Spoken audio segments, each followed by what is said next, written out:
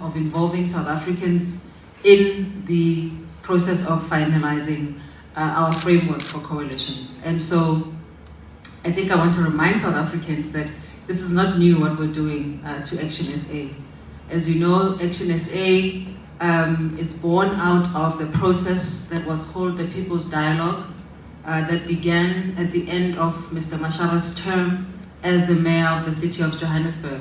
And that process sought to understand whether or not when the people asked Mr. Mashaba to form his own political party, the decision was that, you know, it would seem, what's the word that they use, self-serving to do so without consulting and getting empirical data and evidence as to whether that would be a viable option and whether South Africans actually want another political party to enter the fray. And so we received, as you know, through the People's Dialogue, I think we've communicated this quite extensively, about 2.4 million South Africans who responded through that process, and as a result gave Mr. Mashaba and the team at the time the mandate to form a new political party, which we now know as Action SA. And so there have been many examples where we've demonstrated our commitment to having South Africans walk with us in this journey. The first one being, you remember that when we were trying to register as a new political party, we had the objection from the IEC letting us know that there's another political party that is disputing our logo. And so as opposed to us as the proverbial behind closed doors sentiment of having to decide on our own, we took it to the public as to whether we should change our logo or whether we should fight on. And South Africans came back to us in their numbers saying that we should just change the logo. And in fact, they did us a massive favor because those of you who know graphic design, how difficult it is to use multiple numbers in different ways. And so I think that all of us here and South Africans in general are very pleased about the current logo that we have and that we don't have to run around with all the different colors of the flag. So we're very pleased about that. You can see our colleague there in the black shirt. The design of it becomes very, very pleasing and not confusing. So we're happy about that. The second one, which was a groundbreaking primaries process.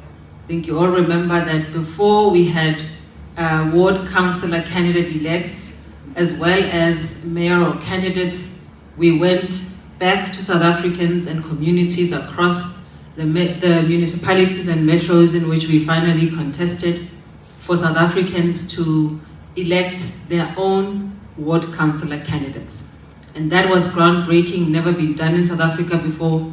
But we also, as Action SA, demonstrated to South Africa that actually having a primaries process in the country, as well as having online type of election processing going, is actually possible.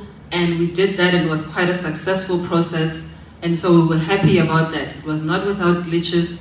However, on the whole, I think, you know, over 90% of what we did was fantastic. And so South Africans were very pleased about that. And then finally, while we are here, is that as the coalition's buzz talking was happening last week, as political parties were all waiting with bated breath to see who was going to govern the different metros across the country, we then on Thursday had a press conference to announce that we would not go again behind closed doors and decide as Action SA on our own as to how it is we're going to undertake these coalition discussions. And so Mr. Mashaba announced at that press conference that we would launch a public participation platform, which we did through our website, where we took South Africans along to say, please give us a sense as to how it is you would advise us to undertake these coalition discussions. And South Africans have come back. It was quite astonishing to have, I think it was even more than 5,000 respondents by Friday, I think by the second day. And that was quite groundbreaking. But we realized again that there are shortcomings with leaving everything to technology because there are communities that do not have access or adequate access to Wi-Fi and smartphones. And so we undertook in the weekend to have our ground forces go again back to communities to assist with that process, so that our people who are volunteers on the ground were able to assist those who do not have access to Wi-Fi and adequate smartphone technology to be able to participate. And so, you know, it was not a perfect process. It was in a short space of time, but I think we got a good response from good demographic sample of South Africans who responded to the public participation platform, which I believe is now closed. So we want to thank South Africans for that. And so with that said, colleagues, what you're going to hear following my talk now is the fact that I think all South Africans, including our members and our organization, are very pleased by the fact that we are sitting at 2.6% of the vote across the country. We are the 6th largest party now in South Africa, having been born only a year and a bit ago. And we are the 3rd largest party in the city of Johannesburg. What we understand and appreciate is that 2.6% is not our own, it belongs to South Africans. And so we are here to give you feedback on the public participation process that we undertook last week, as well as to tell you where we are sitting with the discussions and coalition conversations that are currently undergoing. I just want to introduce my colleagues who are at the table, and I will go from left to right without any order of importance. On my far right is our colleague who's the mayoral candidate for Action SA for the city of Tshwane, Mr. Abel Tau. Mr. Abel Tau also is part of the Action SA Coalition's negotiating team. Everybody who you see here is part of that team, barring the ones I will mention. Next to Abel Tau, we've got the Action SA Gauteng Provincial Chairperson, Mr. John Moody, who is also part of the negotiating team. Next to John, you've got Ms. Feki Mentor, who is no stranger to all of South Africans. She's also part of the negotiating team. She's also the Action SA Western Cape Provincial Chairperson. Next to Ms. Mentor, we have Mr. Michael Beaumont, who's also no stranger to you all. He is our National Chairperson. Next to him, we have Dr. Makhosi Khoza, who is the Provincial Chairperson for KwaZulu-Natal. She was also the mayoral candidate for eThekwini Municipality. She's also part of the negotiating team. And then to my immediate right is our president, Mr. Herman Mashaba, who is also the mayoral candidate for the city of Johannesburg. He is not part of the negotiating team. Neither is Michael Beaumont. I want to make those 2 points very clear. The order of proceedings is as follows, so we can move on swiftly. First, we will have Michael Beaumont, who will give you all the feedback of the results that happened, that came through the public participation platform. Following Michael Beaumont will be Mr. John Moody, who will give us an update on coalition discussions underway at the moment. And then straight after John Moody, we will have Mr. Mashaba give us closing remarks. Is it Michael? No. Oh, okay, don't worry. Yeah, I'll handle that one. And then lastly, Mr. Mashaba will give us closing remarks. And then we will have a moment to have a question and answer process. So do prepare your questions so that they are succinct and they are not essays of questions, and then we can answer them quite swiftly. With that said, thank you so very much. I give over to our National Chairperson, Mr. Michael Beaumont. Right, good morning everyone, to members of the media, my colleagues, and to South Africans who are following these proceedings. It's obviously a great pleasure to be here, and as Lerato has indicated, a process has been followed that we are very proud to present as a first in South African political history. I think I do want to say, particularly on Lorato's introduction, I think the most amazing part about this election result, where Action SA has emerged as the sixth biggest political party with 2.6%, took place in an environment where we contested 6 municipalities out of 278. And a huge number of people are coming forward to Action SA to see what kind of result could be produced when we're contesting 9 provinces and the full suite of municipalities. I think straight off the cuff, in terms of our public engagement process, let's dive straight into it. If the technology will work with me, there we go. So the process involved the online survey. It was launched on Friday the 4th and ran Friday, Saturday, Sunday, and the period of yesterday was used to collate all that information. I think what was remarkable is in a very short space of time, 17,500 people were involved in participating in that process.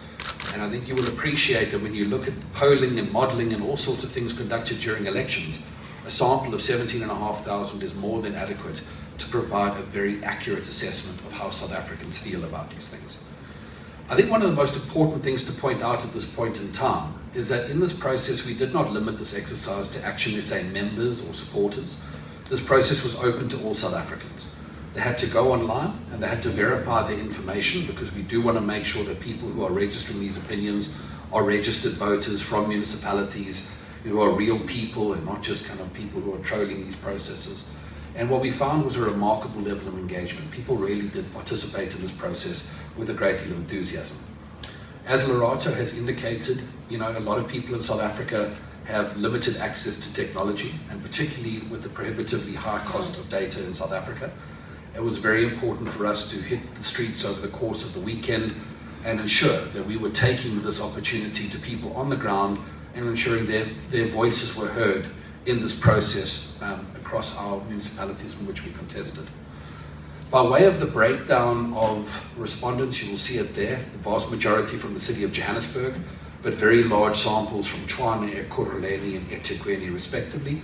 Obviously smaller samples from KwaDukuza and Newcastle, but I think you will appreciate that 2 and 1% of a 17,000 person survey is very adequate for very small municipalities like Newcastle and KwaDukuza. I think most importantly, and if there's perhaps one thing we take above all else from the public engagement process that emerged, is 91% of respondents have said we need to try and make sure that Action SA is part of government.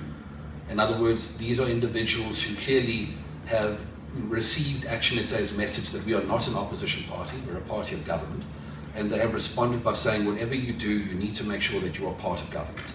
And I think that mandate is exceedingly clear. In asking them what are the most important negotiating principles, what should be at the heart of our negotiating process and the agreements that we come up with, it was very interesting to see that by far the vast majority believe that service delivery needs to be at the heart of our process.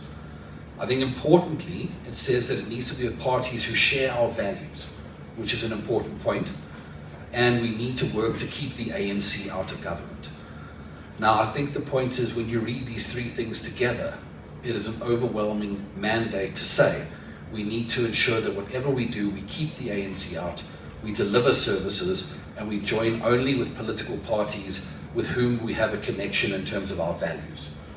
And then finally, and very importantly, is the discussion around political parties that people felt we should or shouldn't work with. And you will see on the slide behind me the results that emerged from that process. Now, while many of you would be inclined to look at this information to suggest that we should now rank this in order of who people would like us to work most closely with, I would like to suggest to you that the most important part of the information in the slide is that while South Africans would like us to unseat the ANC and deliver services, they do not hold very strong views about political parties we should work with.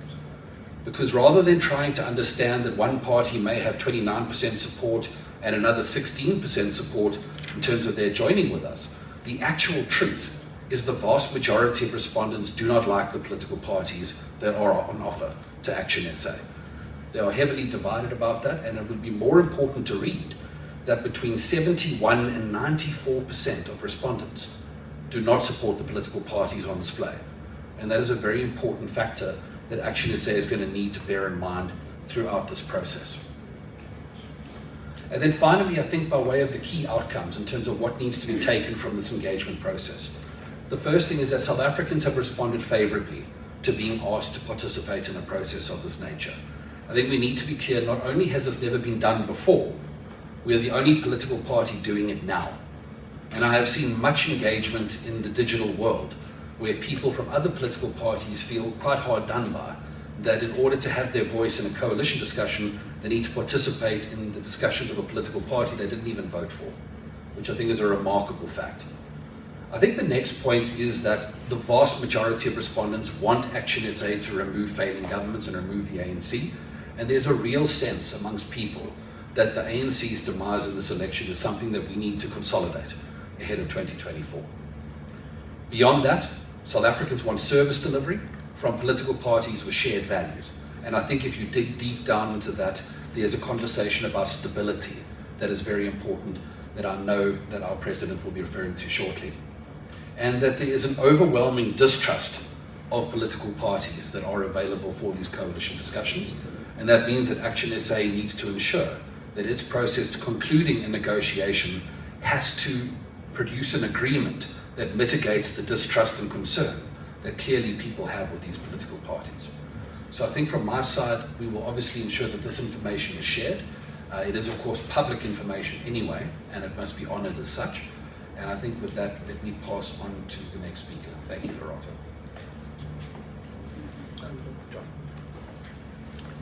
Thank you. May I ask that you shuffle, please? Hello, can you hear me?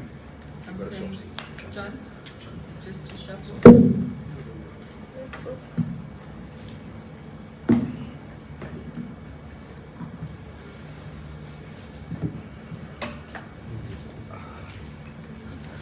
Good morning. Okay, thank you. Just to give you a quick feedback as far as our coalition talks are concerned. Thank you, Loretta, for introducing the panel. I will just refresh your memories. It's myself, Dr. Makosi Kosa, who's on my left, to my right, Faiki Mentor, and to my extreme right, Abel Tar. We comprise of the negotiating team as put together by our Senate. Now, on the onset, let me explain that we have, and also just make you aware of the fact that we have had telephonic conversations with a number of political parties, which includes the ACDP, the AIC, COPE, GOOD, and the IFP. On Friday, on short notice, we received a call and a request for a meeting from the DA. And given the short period of time, it was just myself and Abel Tar who were able to attend that meeting, which was attended by Helen Zilla and Thomas Walters on behalf of the Democratic Alliance. And that was more Dutch base type of meeting, which was very brief as far as the actual negotiation talks are concerned, because there was a proposal put forth by them about Tshwane, that they want a stable government in Tshwane that can deliver services to the people. And of course, my response was, why do we not include Johannesburg? For we also have an omnibus approach, which is to speak about coalition and the possibility of coalitions in all municipalities where we have contested for elections. And it is that in mind that I am surprised by the fact that this morning in the media we learned that the TA has got no problem with having Mr. Mashaba as a mayoral candidate in Johannesburg. That was not even raised at that particular brief interaction with regard to coalitions. But be that as it may, we remain open to communicate and to discuss what is the best interest of the people of South Africa overall, and more specifically in the municipalities we have contested, and in particular Johannesburg and in Tshwane. Because ultimately we want to give to the people what is just and right for them, and to ensure that we have a prosperous future that is based upon stable, clean, efficient and effective governance. So we await for further communication from the Democratic Alliance. We did have a meeting with the EFF yesterday, an in-person meeting with the EFF yesterday as a team. And as a team, we have some very serious, reservations about the pitch that was forwarded to us or made towards us yesterday. And also last night, early evening, we received an electronic version of the proposed service delivery pact with us. And after this meeting, together as a team, we will be going through that document with a fine-tooth comb so as to see what it actually entails, and that for us to get to understand what it is that they are proposing. And today, in fact, we will be having a face-to-face meeting with the IFP as well as with COPE. So that is where we are at this moment in time. And as I indicated, we are open to have discussions and talks with all political parties except the ANC, of course, because we put the interests of South Africans first. Is there anything that I've perhaps forgotten? Faiki and Mukosi and Abel? Thank you. Thank you, John. We are now pass the mic over to Mr. Michael Beaumont, who is going to outline our coalition's agreement for your interest. I forgot to mention that at the outset.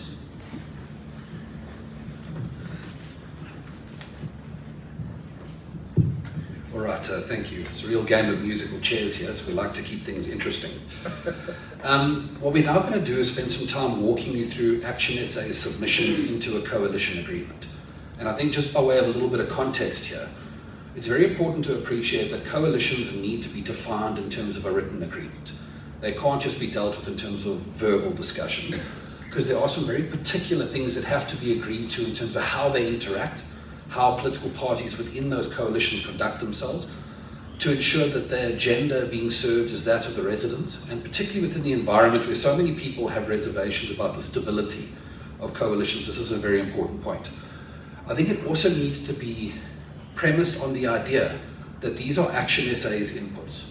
In other words, we fully accept the fact that there will be other political parties with whom we may work that will have their own inputs, and we have no doubt that whatever agreement may ultimately be concluded would be an amalgamation of the different inputs of political parties, and we have the humility to understand that. So firstly, it's very important to understand that the values and norms that we will be ensuring through this coalition agreement are to achieve a healthy working relationship between parties, to reduce the scope for conflict and therefore instability, to provide mechanisms to address the inevitable conflict that may arise and that cannot be removed, to produce transparency for how these governments and these arrangements are managed, which has been a very central part of what we're doing here today, and to generate a regular review to ensure that these agreements are kept up to date and adapt to the circumstances in which coalitions find themselves. A very important part is obviously in our preamble to our document, in which we characterize the situation in South Africa and in municipalities in general, because it is very important that coalition partners have an understanding and a shared understanding of the state of things in South Africa, how things have come to be the way they are, but very importantly, a mutual commitment to how we will work together in order to deal with the situations in which so many South Africans find themselves today. We have put down our core values as an organization, because as you will recall from the engagement process presented to you, South Africans want us to work with organizations that have similar values. In this regard, in the local government context, we're talking about economic prosperity, we're talking about non-racialism, a commitment to social justice, an achievement of the rule of law, quality education, which is also a feature at local government level in terms of early childhood development, ethical leadership, and a capable civil service. These are the values that are central to our arrangement. And when we say we will only partner with organizations that share our values, that is exactly what we are talking about. It's very important in this agreement that all political parties commit to the idea of being humble. And what we mean by that is accepting the principle that no party has gotten an outright majority and shouldn't act as they have. Each political party must understand that they have a responsibility to bring to the table solutions and listen to solutions of other political parties so that there's a diversity and a combining of manifestos to address the complex lived realities that is that of South Africa. Importantly, it deals with transparency, and again, exactly what we are doing here. So the first thing is, upon signing this agreement, the signatory parties will present its contents together, because we must have these contents of this agreement public, with all the details contained therein. We have said that the constituent parties should hold quarterly media briefings to report the performance of the municipality, to raise opportunities to improve the lives of South Africans, to identify challenges that may exist within government, and there must be a continuous process of opening up the management of coalitions so that the bright light of scrutiny and public attention can shine in how these things are being managed. We have said if there is any allegation of impropriety against a political party or a representative of a political party in a coalition agreement, it must be openly communicated, it must be openly investigated, and upon the conclusion of that investigation, the findings must be made public. As we have communicated already, this must include any allegations of wrongdoing that have taken place within the last 5 years of coalition government, because it's important that everybody knows who they are partnering with and that we are working with individuals who operate on an ethical basis. We have said that all political office bearers within these coalition arrangements will undergo annual lifestyle audits, the outcomes of which will be made public, and they will similarly agree to the publication of their disclosures of interests, which is an important part to ensure there are no conflicts of interest. We have indicated that in addition to that, an independent entity will be tendered by the City of Johannesburg that must oversee tender processes in all municipalities, tender processes that must be observed by this independent entity, the purpose of which is to ensure that tender processes are being watched and that any tender irregularities are being openly communicated to the public and investigated by the relevant municipality. We cannot have coalitions where it is rumored that political parties are involving themselves in these processes without having the requisite observations of how they are taking place.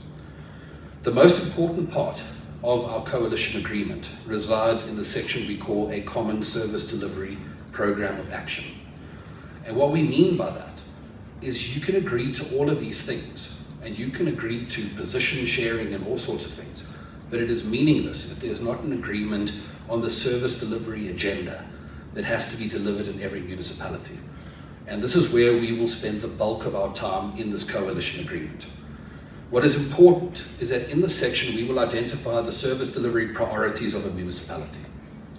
What is also very important is we must identify what are the non-priorities, because in the resource-constrained environment of local government, in order to adequately fund your priorities and make that impact, you have to defund your non-priorities. We lay down a number of principles, which include the appointment of credible and qualified officials without political interference. We talk about a change management program that aligns institutional culture to the new service delivery agenda. We talk about an institutional review that ensures the design of the municipality is aligned to its service delivery priorities. We talk about a performance management system that is aligned to the priorities of service delivery so that all departments and entities' requirements are broken down to the levels of individuals and teams and their contributions are being measured. That a mutually codependent pro-poor and pro-business service delivery agenda prioritizes both the work of addressing inequality and the preconditions for economic growth and job creation. An infrastructure-led growth and maintenance capacity that produces an increasing reliability of service and takes services to communities that have never had them before. Responsible and sustainable financial management and compliance practices, and open and fair allocation processes when it comes to housing, tenders, and temporary work opportunities in these municipalities. I think, ladies and gentlemen, while one could go on, and this document certainly does, you will get the essence of what it is we're talking about. And while we are willing to engage any political party in terms of what they believe should be added to these things are very important. And when our survey engaged South Africans on shared values, these are certainly things that represent our shared values as an organization. For the sake of everybody, what we will ensure is within the next 24 hours, this document will be uploaded on our website and will be available for anybody to receive.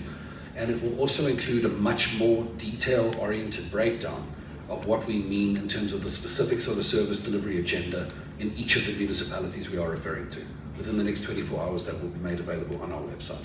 Thank you, Lorata. Michael, do you want to take the thing? Oh, you're not going back there. Okay. All right. Shall we go next?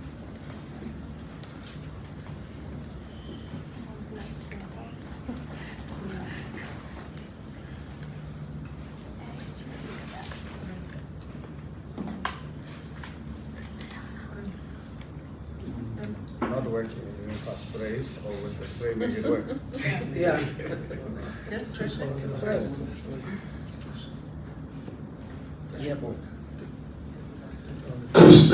Okay, that's working. Colleagues, members of the media, fellow South Africans, thank you very much for giving us this opportunity to share with you what we as Section SA believe to be more than important for the South African political landscape. We come from a very difficult past of colonialism, past of 70 years under the National Party government, 27 years of ANC corruption and misrule, the last 5 years of failed coalition arrangement with a new democratic country. And I think we need to be fair to ourselves, but at the same time take learnings from our mistakes. The last 5 years of failed coalition arrangement has been a disaster. Not a disaster to political parties, because the political parties carried on with their lives. Who suffered are the residents, our voters, our South African citizens. So we cannot afford to really make the same mistakes. We are human beings, we make mistakes, we are fallible, but that does not mean that we're going to continue making the same mistakes. For us as Section SA, the 2.6% voting pool that we received, we don't really take it for granted. We are here as servants of the 2.4 million people who voted us into power. Real servants. And we are grateful for the opportunity that they gave us. We represent them. We don't represent Action SA. Action SA is a vehicle. And I think we've been really very clear as a political party from the day we were founded that we are here to represent society. Action SA is a vehicle through which all of us as public representatives are going to serve society and put society first. So one thing I want to really make it really very clear, that this complex, difficult period we're going to go through, because obviously when we were campaigning to get outright majority in all the municipalities. That's how human beings operate. You don't operate to really be in the second league. You want to be in the first league. But at the end of the day, the voters are the ones who ultimately makes the decision. So us as Action SA, we want to make it really very clear, representing these communities, and I think they've given us the mandate. We are not going to go into a coalition arrangement at all costs. I think it's very important to note, because we have consulted with the voters, and I think what's even more profound is that we did not just only consult with people who voted for us. We opened up this platform to everyone who lives in the 6 municipalities we contested. And I think for us, we really want, and I really want to plead with political parties wanting to engage us in this very important future of this country.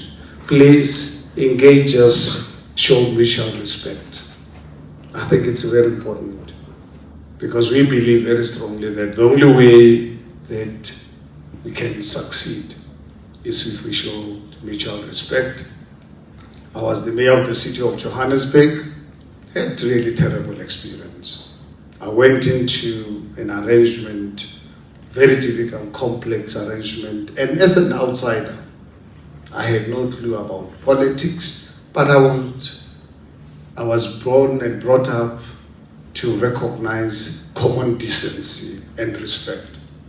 And I went into that arrangement with it. Unfortunately, it was impossible because of the arrogance displayed by the certain parties. So I think you want everyone who wants to really engage with us. Whether you bring one seat, whether you bring in 44 seats like us, please treat the person, that political party with one vote as equal partners in this arrangement, because that is the will of the people. It's not us who actually made that decision. All the parties that wants to work with us must understand that we're going to put people first. It's not about political parties. We must forget and put our core values or whatever. There are certain things, yes, that are not negotiable. But at the end of the day, we've got to put people of South Africa first. If you believe you want to put your party ahead of saving society, then please don't waste our time, because the deal is already it's not going to be concluded. So I think it's important for political parties wanting to negotiate with us that we put South Africans first. And I think what's also very important is that we need to do everything possible to ensure that we have stable government. We cannot afford to get into an arrangement where we can already see in advance a possibility of an unstable government. One of the fortunate South Africans was involved in coalition arrangement over 3 years. Lots of learnings from that, where you can see in advance that this particular political party, it's not advisable to get involved in it, because yes, you can do it now for political expediency, but somewhere along the line, you're going to have challenges.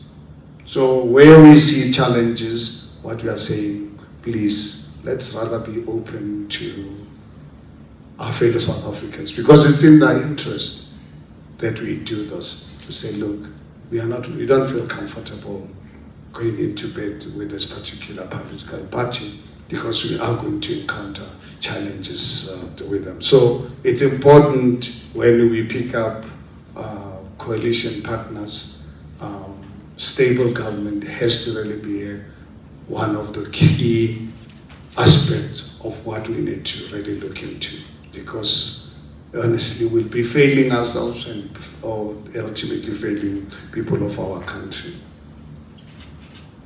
We are very clear as Action SA that in the event we are unable to conclude a coalition arrangement, we are happy to not really be in government, to be in opposition benches, which would be very unfortunate. We said to people of South Africa when we were campaigning that we don't want to be in the opposition benches. But people have spoken, whether we like it or not. Let's say, for an example, in the city of Johannesburg, with 16%, where we really exceeded, we performed well. But you can't form a government with 16%. So in the event that we are unable to find coalition partners that can work with us to serve people of South Africa, we are happy to be on the opposition benches and prepare ourselves for 2024, a big project, which is around the corner. I can tell you now, we're going to wake up tomorrow, 2024 is around the corner. So we are happy to be in the opposition benches, prepare ourselves to set up structures throughout the country. As you are aware, we're sitting right now with only 3 provincial chairpersons. So we've got 6 more provinces to ensure that we have a full-time provincial church persons who can start the work of preparing Action SA for 2024. So we're happy to do that. You know, one thing that I discussed earlier on with my colleagues, and I think it's very important to let people of South Africa know that in the event that no political party in any of the municipalities we've contested and we regard part of that council, in the event that no one actually manages to get outright majority, we're not afraid to really go for an election rerun. This is for us a last option, and we are going to do everything possible to ensure that we don't go into an election rerun. We'll do everything in our power to ensure that we conclude coalition arrangements so that we can serve the residents, because ultimately failure to form a government it would be unfortunate.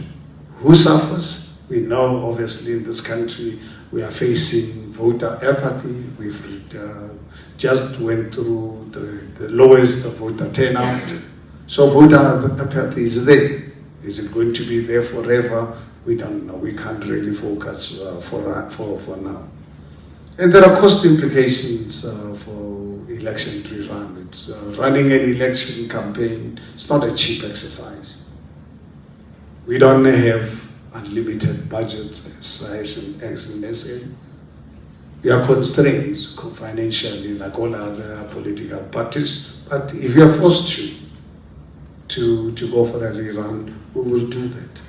But I think what is actually would be very, very, very unfortunate, actually the last point that I'd like to bring to attention is that you can imagine during that period when we are campaigning again, who's going to suffer are the residents, because there's going to be a government vacuum.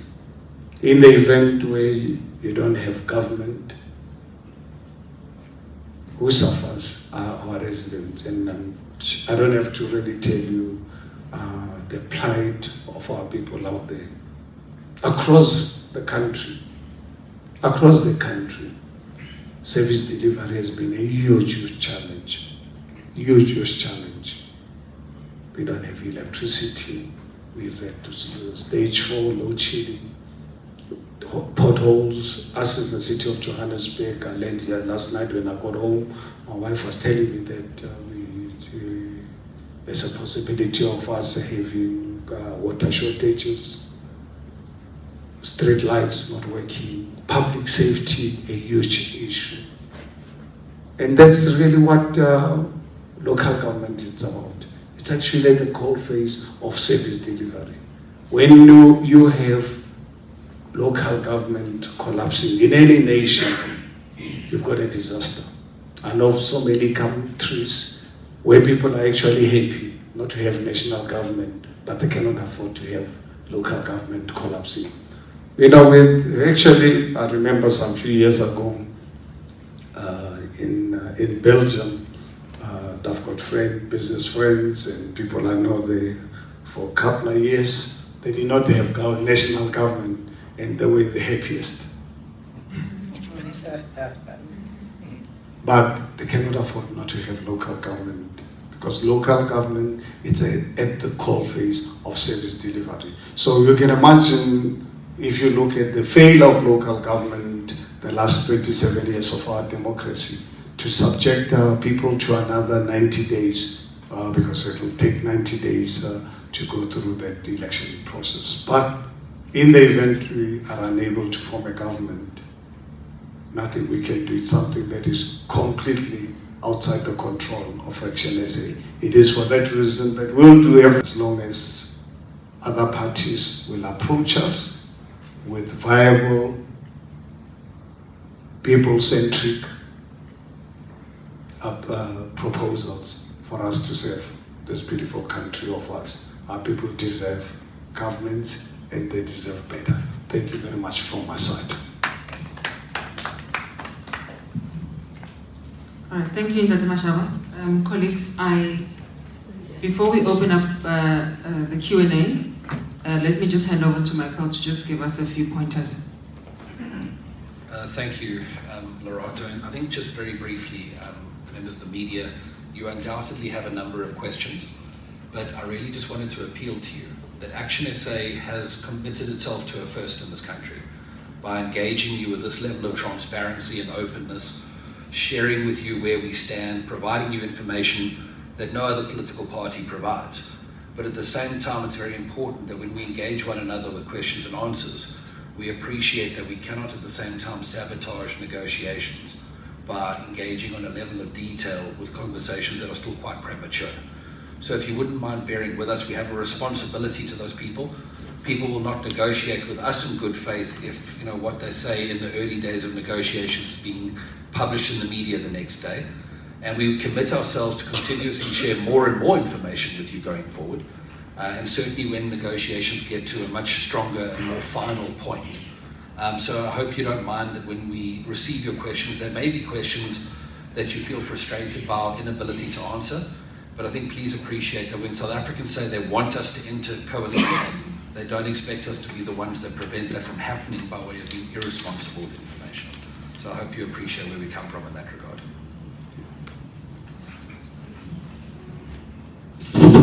Sorry. Thank you, Michael. Just a note, colleagues. For those of you who are joining us virtually on the various platforms, please do send your questions if you have any to our WhatsApp groups. I know those were created, or to my phone number, which you all have. It's on all of the media advisories that we sent out. I'm going to take questions, a round of 3 questions at a time. I do have questions that I received in advance on my phone. Please do state your name, the organization you represent, as well as the respondent you intend to answer your question. Colleagues, I ask that you please adhere to what Michael just stated just now, just so that we can have a swift process. Thank you very much. Let me give you, I'll give you the first question, you will follow, and then I'll give it to Catherine, because Catherine requested in advance, and then I'll come to the rest of you. Thanks, colleagues. Go ahead. Right, it's Masako Mashaba from ENCA. I just wanted to ask Mr. Mashaba, in terms of Johannesburg, do you want the mayorship in Johannesburg? Thank you, Masako. Can I just ask that we please do not limit questions to Mr. Mashaba alone? We have 7 people or 6 people at this table. May I just ask that we have that in advance? I can assure you that whatever knowledge he has, all of these colleagues at this table have same. So, sir, I'll give it to you. It's Ndayezo Mtonje from Power News. Mr. Mashaba, how's your relationship with the Democratic Alliance post October 2019, if I remember correctly? Have you ironed out the differences that would have led you to depart from the party, and do you think that it will be easier to work with them, looking at the numbers and also the meeting that has come out with the provincial chair? Thank you very much. Thank you. I hope that's the penultimate question for Mr. Mashaba. Let me give it to Catherine. Thank you. Here we go. So the first question was a question that I would very much like to have asked, but I'm going to skip over, hoping you answer that as well. So in the past, we've seen that coalition governments have been quite unstable. This is something that you've even mentioned here today. How do you intend to ensure stability within your co-governance? Thank you. Okay, thank you. So Dr. Masako wants to know what your position is on the mayorship of Johannesburg following these discussions. Ndayezo wants to know what your relationship with the DA is post your departure. And then, what did Catherine ask? The instability question. All right, so Mr. Mashaba, I'll give it to you, the first 2. Okay, thank you very much. Masiko, I was actually quite taken aback the last few days, and I tried to address it with the media as to the source of this particular demand. I don't know who made it to who, that Action SA's demand is that Mashaba must be the mayor of the city of Johannesburg. We as Action SA, we have absolutely no knowledge. I checked immediately this matter came out. I requested our negotiation team because by then they'd only had one official meeting with the DA on Friday afternoon, whether an issue around Johannesburg came, and you had John indicating that the only issue discussed was the DA asking about a stable government in Tshwane. No other municipality was discussed, and John made it clear to the DA that we're not here to discuss Tshwane, we're here to discuss all the municipalities where we participated. So the question of me being a mayor goes as far as Action SA putting me up front as executive mayor candidate. And the residents of the city of Johannesburg gave us 16%, which we appreciate. It's a historic performance by any measures. But however, one cannot really be a mayor with 16%. For you to really be a mayor, you need majority of council, of people in council. But you can't also be a mayor when you don't have 50 plus 1, because it's well and good you can be elected as a mayor. If you're a mayor where you don't have 50 plus 1, you won't be able to pass your budget, you won't be able to pass your IDP and so forth. So I think for us as Action SA, question of mayorship, it's actually, it does not even appear in our document that Michael just already shared with you as part of our coalition agreement. So we don't know what the source comes from. I think we sit with a problem. That's why I raised the issue of mutual respect and transparency. I don't know obviously where the source is, but it's not an Action SA demand. We want and we elaborated on the issues that we believe are important. So being the mayor is the last thing in the world. In fact, I even said from the beginning, getting into politics was the last thing in the world I wanted. I just wanted to save my country from the ANC. And we've succeeded. If you look at all the municipalities we contested, not a single one of them ANC is over 50%. So that's really what we wanted to really get involved in. Power FM regarding the relationship with the DA. My personal relationship with the DA is what under the bridge. I'm not in this job to make friends with anyone, including my colleagues here. I'm in this job to serve society. Friendship is something that I value. My being is around ensuring that I keep friends, but keeping friends for the right reasons. So with the DA, we are happy to continue working with them. In the event we are forced to really work with them, but at a professional level. There is a lot that we share in common. That's why in the first place I joined the DA. But obviously I've got disappointments that led to my resignation. And I'm happy to talk to them if they can address issues that made me to leave the DA as part of us joining them in government.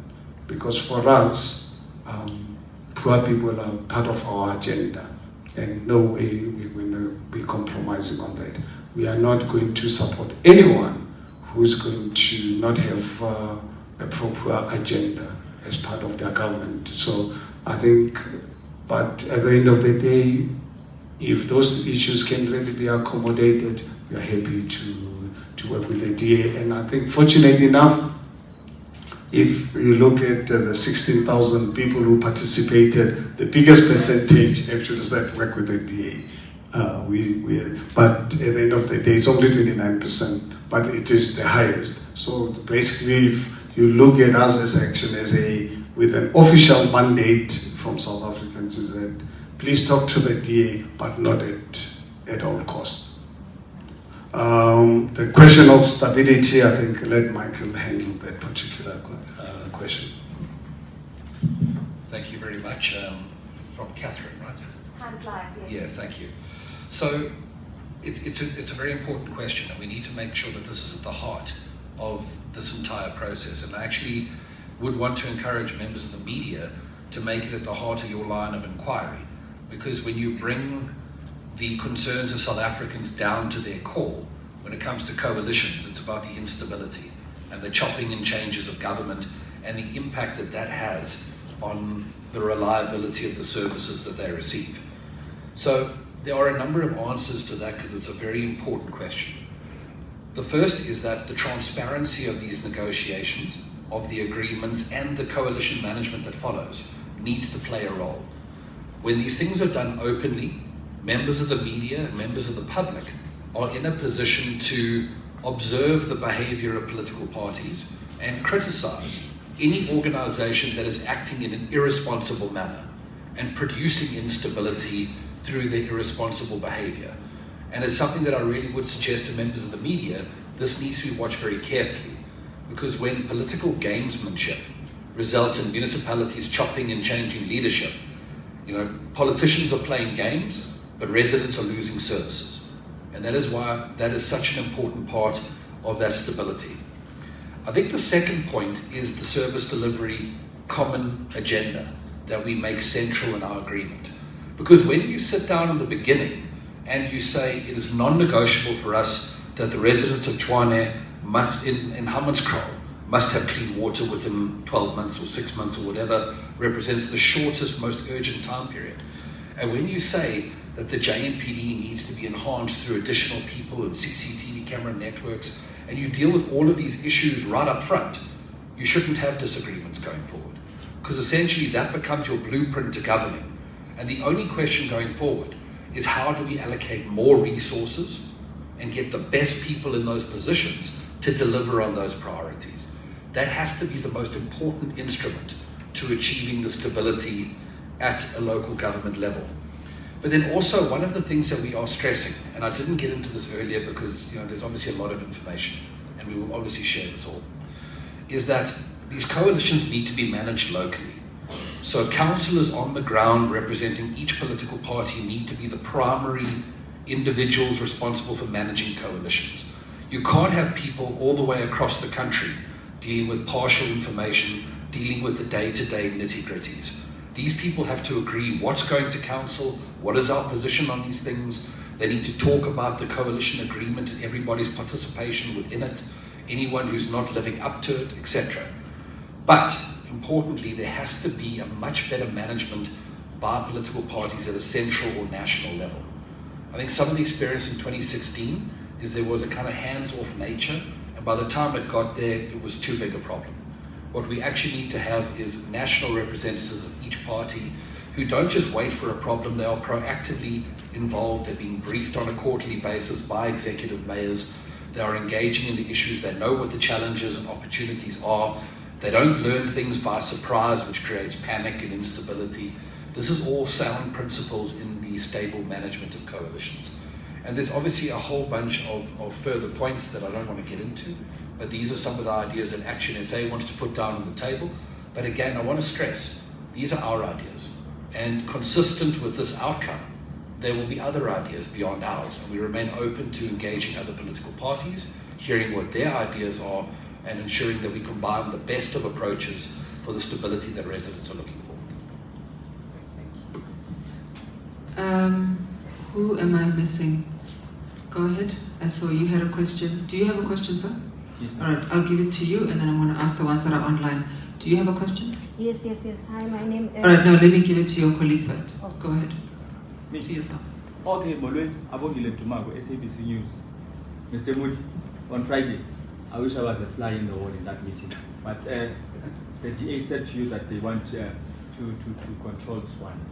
Did they expand at all on how this, if it happens, would work in terms of the mayorship party? Thank you. Thank you. I'll give it to you, sir, by the door. I'm Silver Sria from UFM. Sorry, can you take off your mask? We can't hear you. So I'm Silver Sria from UFM.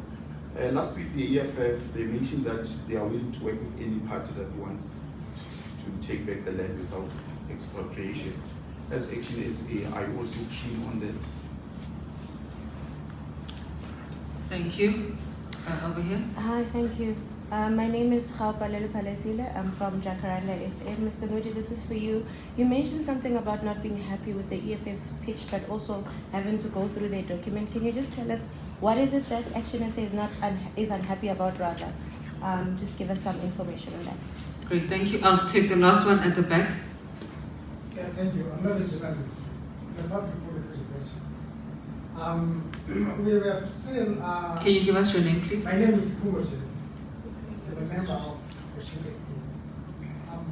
I'm interested to know if could there be any legislation that safeguard this collusion coverage? Because previously they have faced this matter, and they failed to do justice to the masses.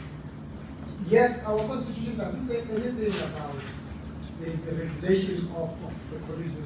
Then the second point is how could the local governments be partnering with the crime busters, in the procurement system? Because if it happens in Gauteng, other metros, they will be left vulnerable. So how do we deal with that in moving forward towards the amendment of our constitution for the sustainability of the service delivery? All right. That's a mouthful, but I'm going to take the last one because I forgot here. I will come back to you in the next round. Let me take you, ma'am. This is for Mr. Mashaba. My name is Tando Maeko from Business Day. We can't hear. Please, can you tell us who you are? And My then name is Tando Maeko from Business Day. Tando Maeko. Yes. So Mr. Mashaba had previously told us that during his tenure as the mayor of Johannesburg, one of the things that made it difficult to be mayor was that some DA prominent leaders had constantly come to him regarding discussions over tenders. Now, you've said that you're not opposed to working with the DA and your relationship with them is water under the bridge. How do you expect to move forward and avoid that discussions over tenders again happening? All right, I think those are enough. John? Just before we do, John, sorry, just 1 second. John. Yeah. Sorry, can I just say, I didn't catch your name in the front, ma'am, about the question to do with the EFS proposal. Khaupalelu. Thank you. If I can just suggest, if you don't mind, that's a question we're just going to hold back for now, primarily because, as John mentioned earlier, that proposal was only received last night and hasn't yet been digested. So if you don't mind, that'll be one of the questions we say. Would you mind giving us a little bit more time so we can engage a bit more frankly in that discussion? Thank you. Yeah, thank you, Michael, for clarifying that. That would be my response to you. We don't want to jeopardize any. So can I tell that we're not getting audio? Mics are very far. Thank you.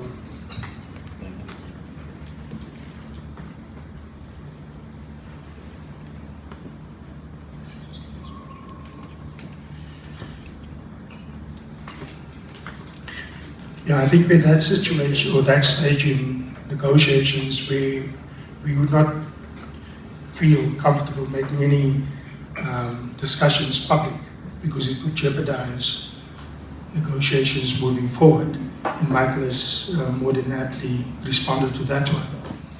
As far as the discussions went on Friday with the DA, it was a simple approach from their side that they are looking at a stable government in Tshwane that can deliver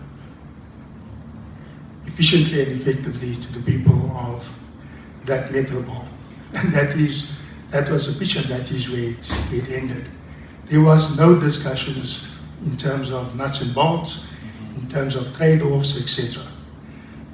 Hence I said earlier on that it came to me as a bit of a surprise that all of a sudden, in the media, we have to learn about the fact that the DA has no problem with Mashaba mayoralship.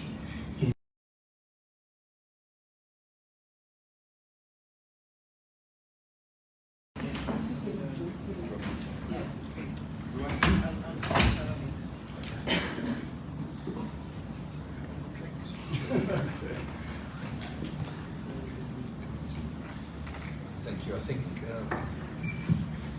just to address some of the questions that were raised. Has discussed as a group in terms of a policy position.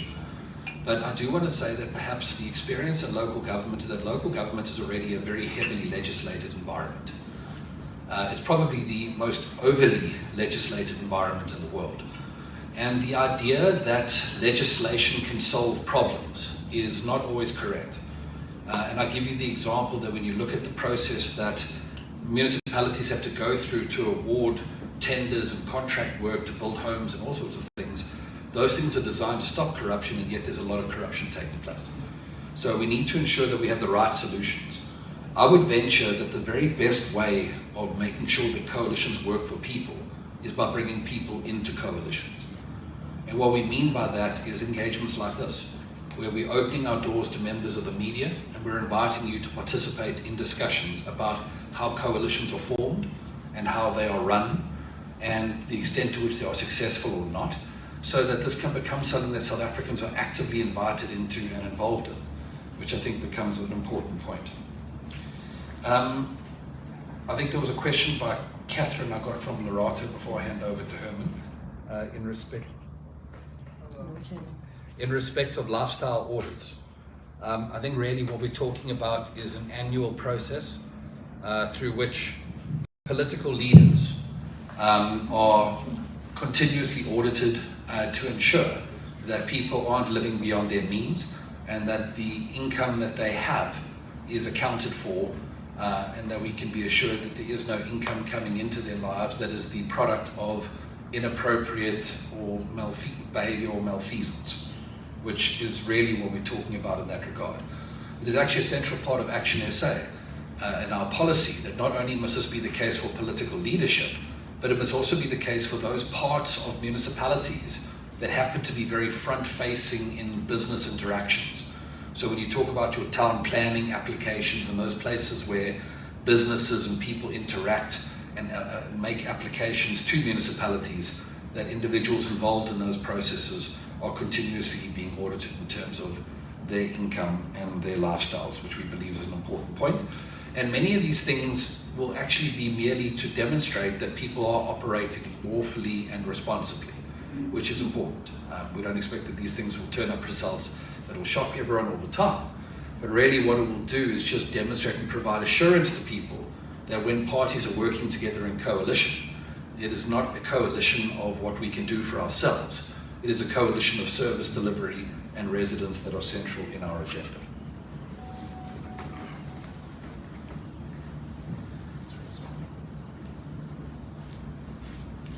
I would actually like to elaborate further on the issue of dealing with corruption. There's just no way in the world you can ever defeat corruption for as long as our law enforcement agencies do not work. No amount of legislation will deal with corruption or crime. We've got a situation right now. As you go out of this hotel, there's a crime scene. A crime scene. I've been calling this a crime scene. This piece of land, the prime piece of land in our country, or if not on the African continent. This piece of land gifted to a Gupta-linked company. I raised this matter with more than enough evidence. People have not been prosecuted. The city lost this piece of land, given, and South Africans are not taking this matter seriously. Even this morning in social media platforms, if I had the right, if I had the mandate, I can tell you I would really be getting this police ring fencing, because this area where the center station is, it's a crime scene, serious crime scene. The city of Johannesburg lost that city, this piece of land, gifted to a Gupta-linked company. Today sitting, I believe, having a 32,000 rands breakfast every morning. I don't know what people eat for 32 million rands. So as long as you don't really have our law enforcement agencies acting on criminality, we're not going to get anywhere. No amount of laws. And South Africa does not need additional laws. In fact, we need to reduce the number of legislation that we have in our country, including actually the appointment and firing of Section 56 managers. It's actually, for me, one of the most ridiculous piece of legislation South Africa's actually invented. Over and above what are called draconian laws, coming from the private sector, I know how our draconian laws have destroyed businesses and destroyed livelihoods. And over and above that, to protect this inefficient, corrupt officials, you still have legislation that protects Section 56 managers. I'm happy at your age I can tell you the process of actually firing a Section 56 manager. Someone who's still stolen public monies, someone who's failed to deliver on their mandate to serve society. Unfortunately, our criminal justice system needs to really look at themselves. I think for us as an agency, we've made it really very clear. Come 2024, one of the demands we will have or when we're in government, to bring back the scorpions as a matter of agency with more independence from political interference. Well, I would love to live in a country where the head of the MPA is not appointed by the president of the country. It's someone who is actually appointed by the residents, so that they must prosecute without any fear or favor. Now, dealing with the question of land expropriation, it's one of the issues that was put forward in the media. Us as Action SA, we don't have time to waste about expropriation of land without compensation at local government level. This is a national competency. But we are happy and unapologetic about this, that even at national government level will not accept such piece of legislation. We don't want to destroy this country. We support the current constitutional framework covering expropriation of land without compensation. I think there are enough and acceptable and viable options. I don't have to remind you, when I was the mayor of the city of Johannesburg, I became unpopular with the beneficiaries of the criminality that was happening in the city of Johannesburg. We managed to expropriate properties which were hijacked, derelict, abandoned.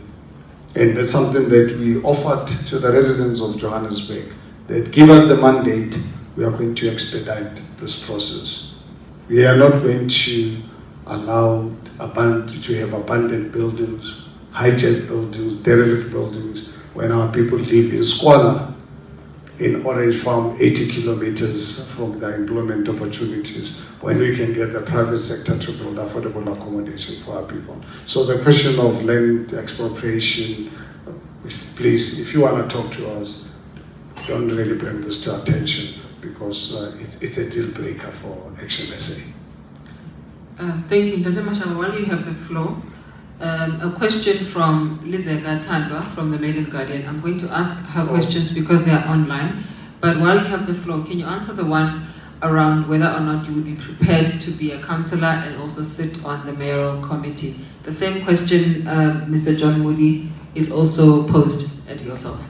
Okay, yeah, there was a question around constant approach by the tenders. I think it's not constant. It was only one case of a senior DA person asking me to put him in touch. I think it will be a misrepresentation that there was a constant request by the DA for tenders. I think I don't know where that comes from.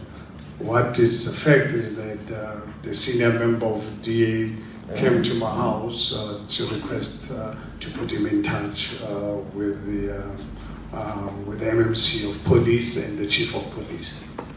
So I think we've got to really be clear about that. There was no constant request. And I think let me also make it really very clear also, while I have this opportunity to clarify something to you as South Africans, that in the 3 years in government with their coalition partners, I've had numerous regular contacts with the EFF. In the 3 years I've worked with the EFF has never discussed the tender with me. But obviously, there are lots of accusations of me being involved with tenders with the EFF, including some of the parties actually spending millions of rands asking people not to vote for me because of my relationship with the EFF. I think it's these are people who are prepared to lie without having any shame, just create some kind of fiction. If there's anyone from the EFF who said, I've ever discussed a tender with me, maybe in their dreams, because, and that's something that I've always made it really very clear that when people have a dream, and obviously take that dream to be reality, and then the following day, I'm asked about confirmation of that dream. Please, I wasn't part of anyone's dream.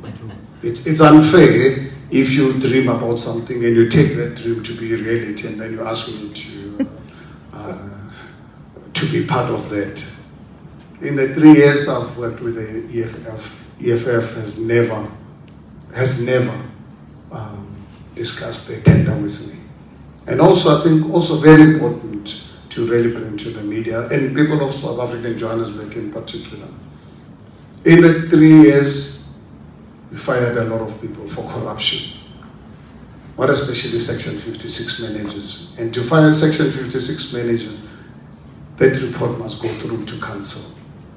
Not a single time where I produced evidence of corruption. Where I produced evidence of corruption, that EFF has ever voted against that report. But I cannot say something about the party I was representing. Because every time, I'm sure you're aware, I fired 3 MMCs from my own party. And the last one, I had to actually threaten to resign. Because for me, I wasn't asking for the party's permission. I was just being courteous as my nature to say, Mr. So-and-so is corrupt, here's the evidence. And if the party says no, give us a chance to really read this report. But I said, here's the report. I'm not prepared to wait 24 hours to fire this person. If you as a party don't allow me, I'm prepared to resign. And you can call me back after you've made the decision. John was in that meeting in FedEx. So, is the party corrupt? I cannot really say that they are corrupt. It is for that reason I'm happy to entertain discussions with them.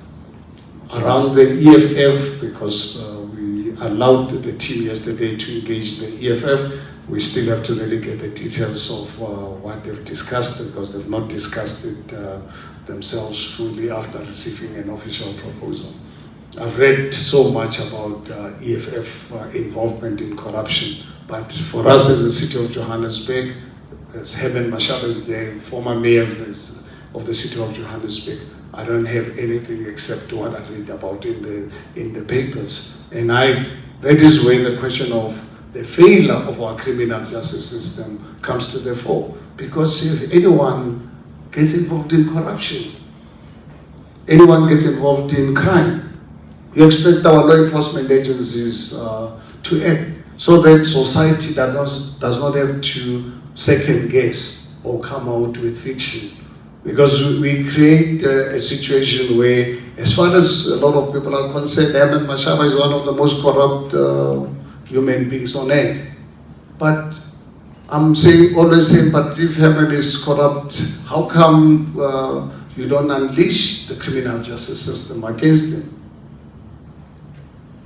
And I've always said, and I'm saying that I can tell you something as the media and people of South Africa.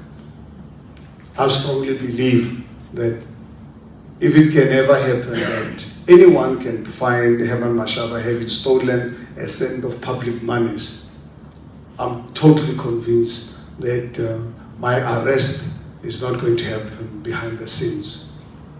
The President of the Republic of South Africa is going to call a family meeting. If ever it can happen that anyone can find that Herman Mashaba has stolen public money, public funds, the President of the Republic of South Africa, Cyril Ramaphosa, is going to call a family meeting to announce that the former mayor of the city of Johannesburg stole 2 cents of your money.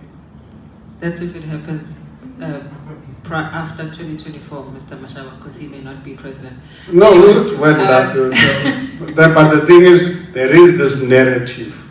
Every time discussions are held, people says, but when I talk about corruption, but then I'll be accused to say, but you were also corrupt.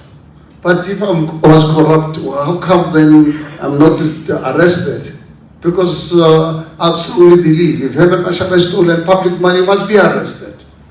It should not really be something that we throw at each other as if we are playing football. If people steal public monies, they must be arrested. We've got law enforcement agencies in this country to investigate and prosecute people who steal public monies, so that it's not a question that every time I get involved in a public debate around corruption, they say, but you are also corrupt.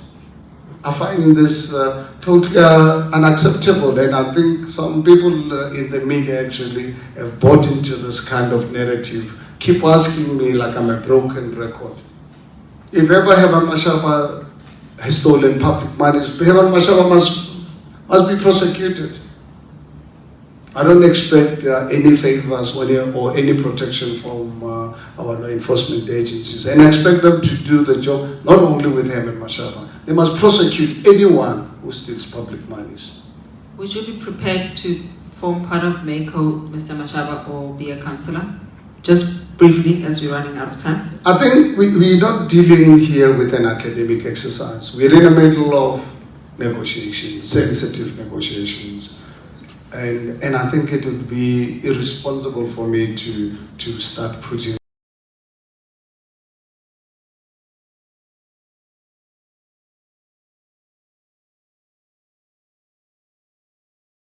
be whether I'm a mayor or a MECO. Honestly, that's not a deal breaker. But one thing for sure is that tomorrow actually there's a first council meeting. I am going to be a councillor. There's a first council meeting tomorrow.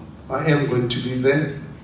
I probably will be one of the first people at that council meeting. All right, John, you have the same question. Very briefly, colleagues, I'm taking the very last round of questions. I'm sorry we're out of time. Yeah, I think, can you, John, can you answer? Lorato, I think that the President has, it's okay. I think that the President has more than adequately answered that question. We are here to serve, we are not here to seek positions.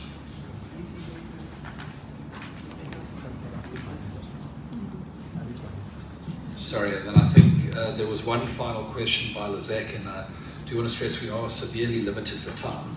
But Lizek asked a question about the loss of votes associated with the issue of the ballot paper that was dealt with on the floor of the National Results Centre when we delivered that press conference.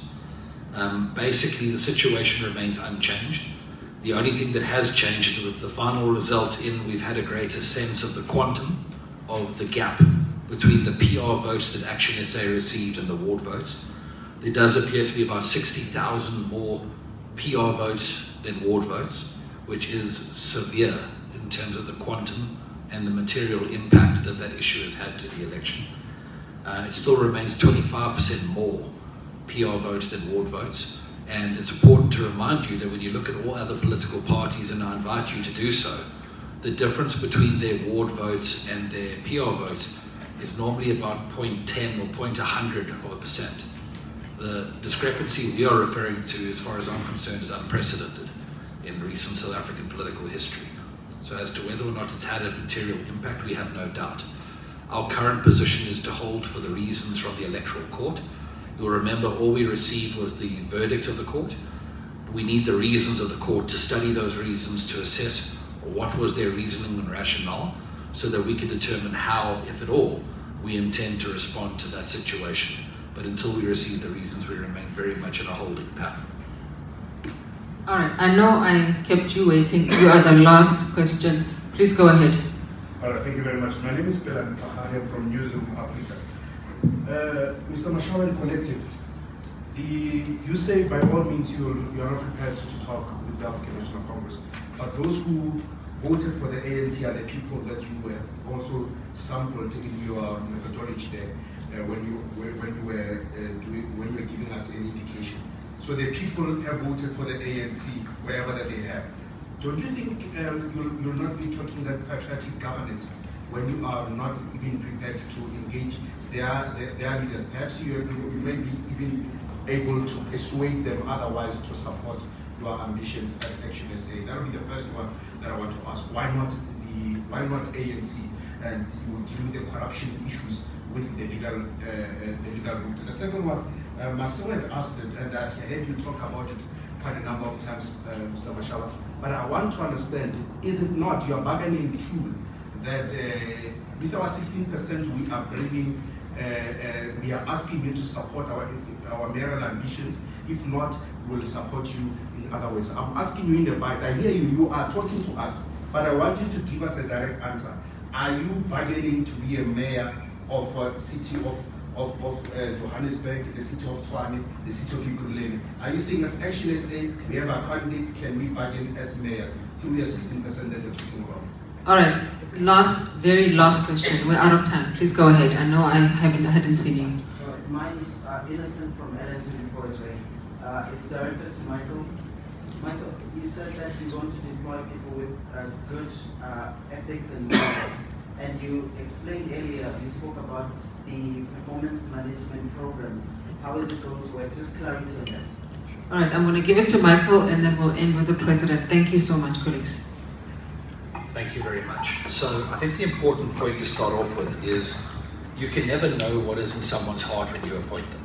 You can try and find the most qualified, competent, and ethical people, and there's an obligation that we will meet in doing so. But the real commitment that we make is that when we find people don't live up to that standard, we will act, and we will act decisively. I think that's the first important point. When it comes to performance management system, what we're really talking about is a combination of political performance management and administrative, because there is a difference. In other words, one of the things that can cause instability in a coalition is if you have a scenario where, let's say, you have an MMC from a political party, and that MMC is not performing their work effectively, and when the executive mayor needs to address that, it becomes a question of instability. So our coalition agreement actually prescribes how we would want that dealt with in such a way where it is done openly and without it becoming a question of instability, which is an important starting point.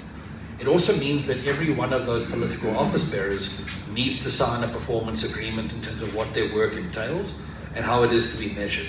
Because it is important when we're talking about performance management, we're not talking about pie in the sky, we're talking about real objectives that have been accomplished or not.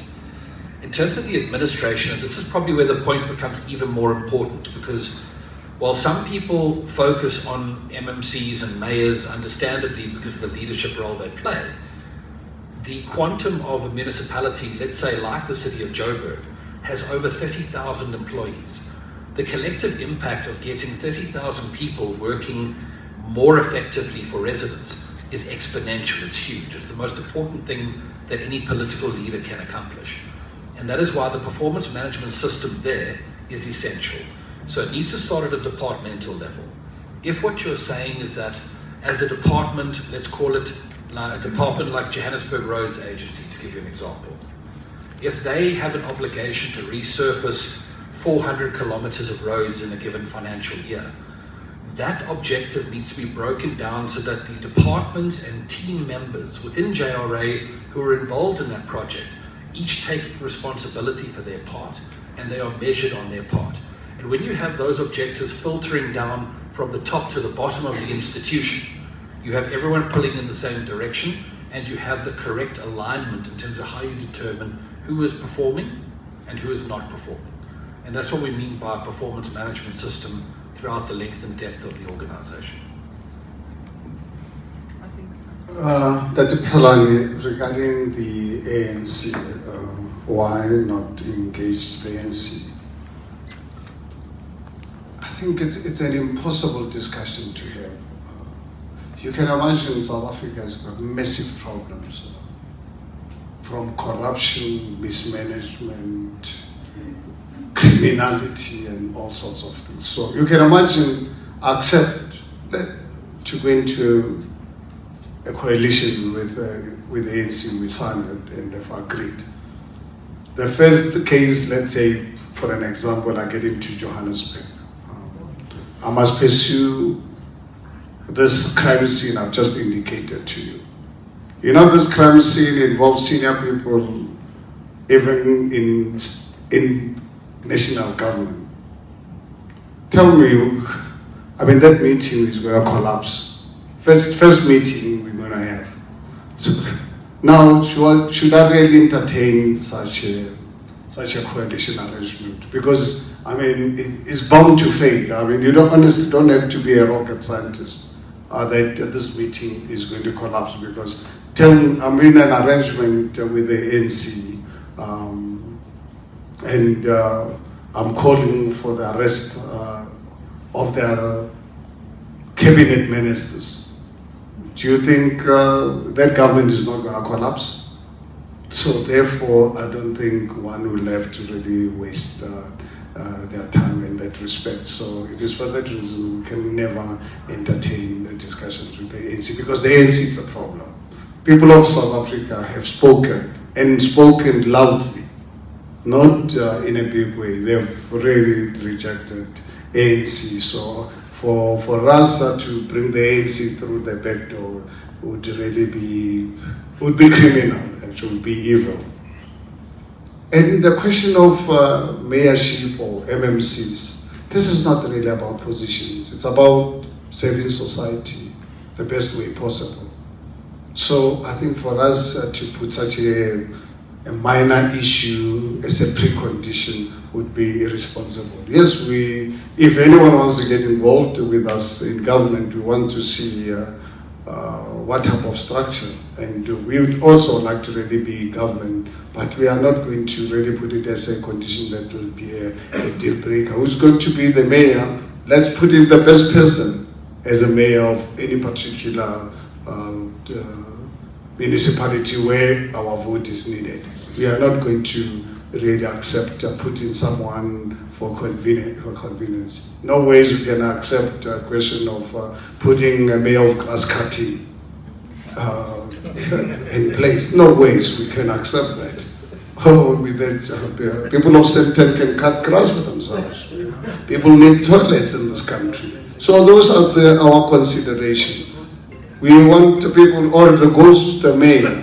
You know, we need, if we're going to really support any government, it must be a government that is going to put competent people who are going to understand the complexities that people don't have toilets in this country.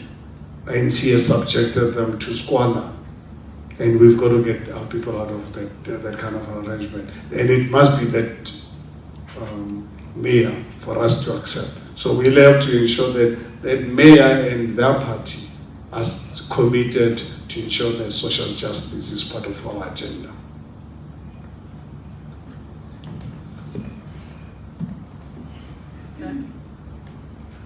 Okay. I don't know what happened, but that's it, colleagues. Oh, there we go. That's it. Thank you so very much. Thank you to the members of the Action SA Coalition's negotiating team, Mr. President, Mr. Michael Beaumont, all of our colleagues who are here, members of the media, both who are here present with us, and those who have joined us virtually, and the rest of South Africa. Until the next one, thank you so much. Thank you.